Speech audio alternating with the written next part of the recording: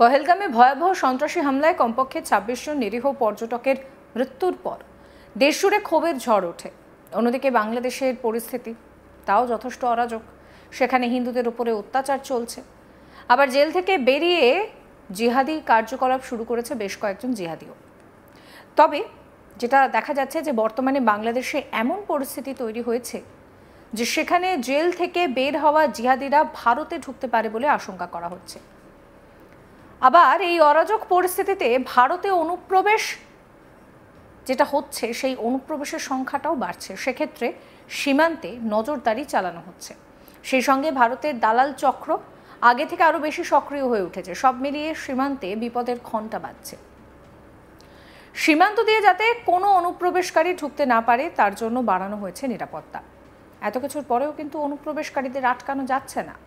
এবার নেপালে লুকিয়ে পালানোর আগে ভিসার মেয়াদ উত্তীর্ণ হওয়া ক্যামেরুনের ৩ খেলোয়াড়কে গ্রেফতার করা হয়েছে। এরপরে প্রশ্ন উঠতে শুরু করেছে, ওই ক্যামেরুন নাগরিকরা কী উদ্দেশ্যে অবৈধভাবে থাকছিল ভারতে? তাহলে কি এর নেপথ্যে অন্য কোনো উদ্দেশ্য ছিল? সেই বিষয়টাও খতিয়ে দেখা হচ্ছে।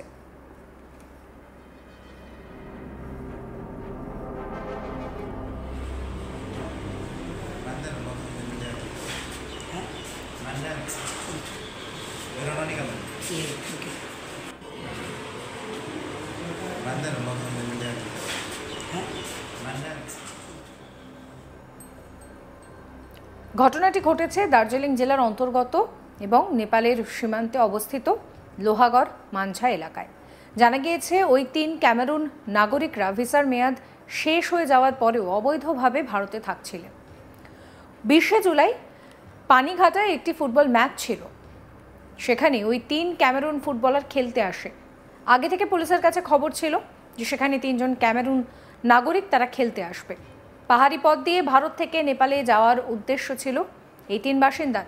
গোপন সূত্রে খবর পেয়ে লোহাগড় মাঞ্ঝা এলাকা থেকে তাদেরকে ধরা হয়। এই এলাকাটি মূলত জঙ্গল অধ্যুষিত পাহাড়ি এলাকা।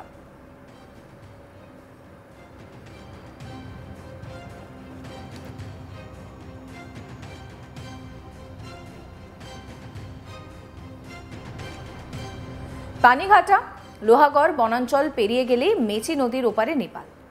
সোমবার ৮ নম্বর ব্যাটালিয়নের লোহাগড় আউটপোস্টের জওয়ানরা ৩ জনকে আটক করে মিরিক থানার অন্তর্গত পানিঘাটা ফাঁড়ির হাতে তুলে দেয়। পুলিশ তাদেরকে গ্রেফতার করে ঘটনার তদন্ত শুরু করেছে। যে দালাল এই ৩ জনকে পথ চিনিয়ে নেপালে নিয়ে যাচ্ছিল সে কিন্তু এই মুহূর্তে পলাতক। মঙ্গলবার ৩ জনকে মিরিক মহকুমা আদালতে তোলা হয়। পুলিশ সূত্রে যেটা জানা যাচ্ছে যে ধৃতরা হলেন টিজোল ইভান, ক্লদ ইদ্রিস, বোনাহা নিয়াম স্লোভেন। কিভাবে কাদের মদতে তারা এই পথ দিয়ে নেপালে যাচ্ছিল সমস্ত কিছুই খতিয়ে দেখছে পুলিশ। অনেকদিন আগে ৩ জনের ভিসার মেয়াদ শেষ হয়ে গিয়েছে। তা সত্ত্বেও তাদের বিরুদ্ধে ভারতে থাকার অভিযোগ রয়েছে।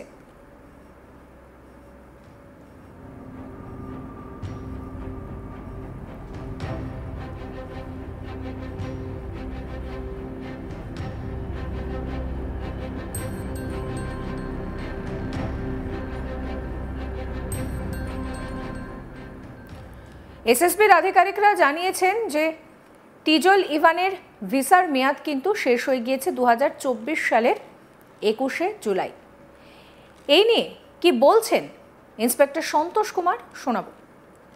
जैसा कि इंट बेस के आधार पे सूचना मिली थी कल दिन में, तो हमने सेक्टर हेडक्वार्टर रानीडंगा डीआईजी सर का विजिट था। उनके निर्देशानुसार एवं कमांडेंट 8वीं वाहिनी श्री मितुल कुमार के आदेशानुसार पे हम इंट बेस पे कार्रवाई करना चालू किए। तो कल दिनांक 20/7/2025 को हमारे पास इनपुट मिला था कि कल यहाँ पे पानीघाटा के पास एक फुटबॉल मैच होगा। वहाँ पे 3 कैमरून नागरिक खेलने आएंगे जिनके पास वीज़ा ओवर स्टे हो गया है। तो कल हमने प्लानिंग किया। उसके बाद अपनी टीम लेके हम पानीघाटा, कदमा मोड़ और पानीघाटा के आगे 2 टीम तैयार की और एक कदमा मोड़ के पास रखा और एक पानीघाटा में। এই নিয়ে আমার কলিগ উৎপল পোদ্দার একটি রিপোর্ট দিয়েছেন, সেই রিপোর্ট রইল আপনাদের জন্য।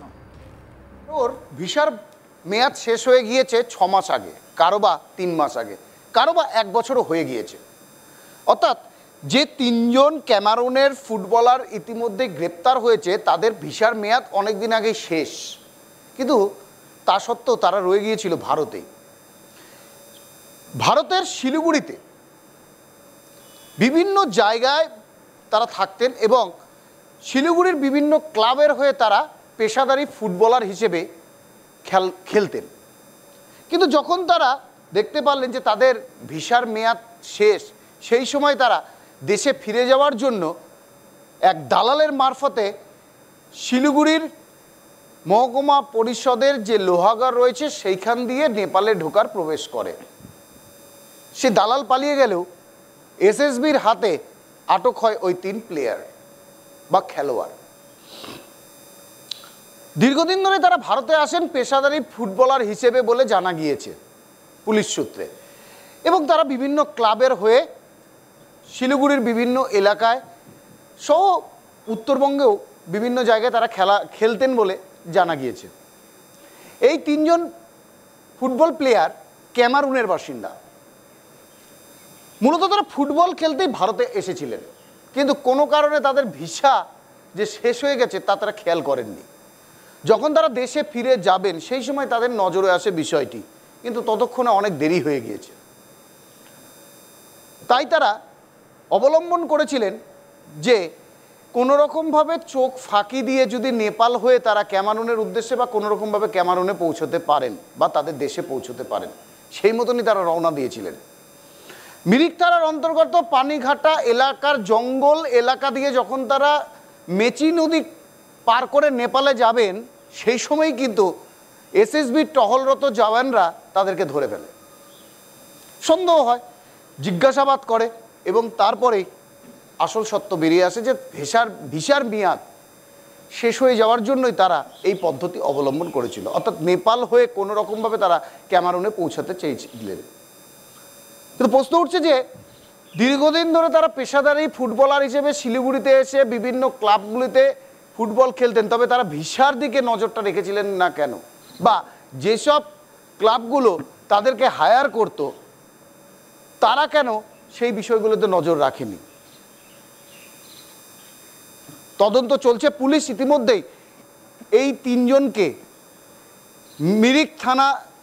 মিরিক আদালতে তুলে তাদেরকে রিমান্ডে নিয়েছে এবং তাদেরকে জিজ্ঞাসাবাদ করা চলছে, এবং পাশাপাশি তাদেরকে কিভাবে দেশে পাঠানো হবে বা তাদের এর মধ্যে আর কোনো অসৎ উদ্দেশ্য ছিলও কিনা সেগুলোও সম্পূর্ণ বিষয়টি খতিয়ে দেখছে পুলিশ। সমস্ত খবরের আপডেটের জন্য আপনাদের নজর থাকুক আজ তাক বাংলায়। চ্যানেলটিকে সাবস্ক্রাইব করবেন, নোটিফিকেশন পেতে বেল আইকনে ক্লিক করবেন, ফলো করতে ভুলবেন না আজ তাক বাংলার হোয়াটসঅ্যাপ চ্যানেলও।